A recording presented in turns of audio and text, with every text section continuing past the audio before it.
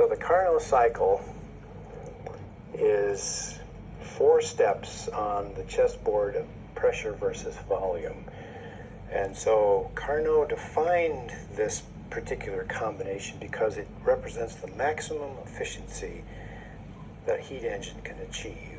So let's review what this is. Let's take leg 1, which is isothermal with T equals T hot. Leg 2 is an adiabatic leg for which Q is equal to 0. Leg 3 is another isotherm, and the temperature is constant and it's equal to the cold temperature for this cycle. And finally, the 4th leg is another adiabatic leg for which Q is equal to 0. Now we've just stated again that the net work done is the area inside those 4 trajectories on the PV plot. So when we're going to calculate the efficiency of the Carnot cycle, that means we're going to add up the work on each one of these legs, because that's the work that we get out of the system, and the efficiency is the work we get out for what we put in, and that is the heat added to the high temperature side by virtue of the combustion of gasoline or the injection of steam or whatever type of engine we're particularly working with. Now, one other point, and that is that this minus sign is there because an efficiency is intrinsically positive, but yet our heat engine is a situation where the system is doing work on the surroundings. So by definition, when we add up the work term in each one of those legs, it's going to be a negative number. So we have to put that negative sign out in front to make sure that our efficiency calculation gives us a positive number.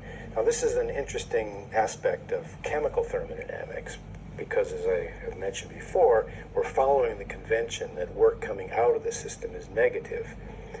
When you analyze a heat engine from the point of view of physics, physics typically defines it the other way, because a lot of thermodynamics from the physics point of view is engines, and engines produce positive work. So there's that distinction, but we're going to be consistent and stick with the chemical thermodynamic definition of the sign.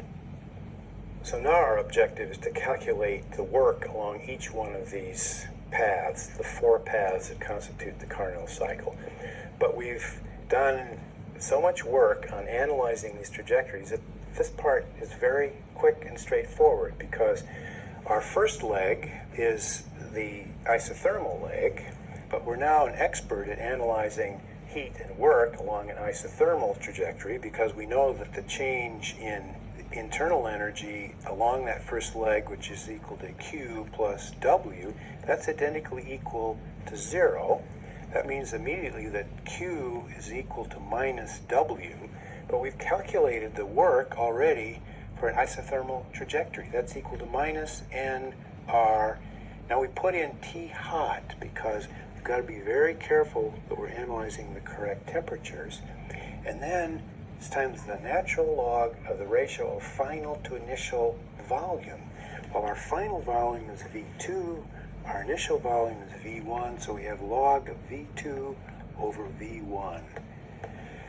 Well, we solved immediately what the work term is along our first leg. Now let's look at the second leg. Second leg is adiabatic, but we're experts at that as well, because we know how to handle an adiabatic trajectory. So we write the change in internal energy is equal to Q plus W, the first law, but it's adiabatic, so Q is 0 and delta U is equal to the work along path 2. But we know how to calculate that. Delta U is equal to N C sub V, temperature final minus temperature initial. Now we have to be careful, because the final temperature is the temperature of the cold reservoir, so we have TC minus TH. And the third leg is an isothermal trajectory, but we're experts at that. So the work on the third leg is equal to minus nR But now we have to be sure we have the right temperature. It's the cold temperature times the logarithm of the final volume, that's V4 divided by V3. And then we move to the final leg, leg 4. This is adiabatic trajectory. And that means when I write the first law, delta U is equal to Q plus W. Q is equal to 0, and that means that the work along that fourth leg is coming back to our trusty relationship that we can always calculate the change in internal energy between two isotherms. That's equal to N C sub V. But now I have the final temperature. This is T hot because I'm coming up this fourth leg.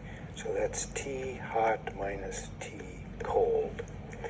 And now we're in a position to calculate the efficiency of the Carnot engine, the most important representation of how thermodynamics informs heat engines.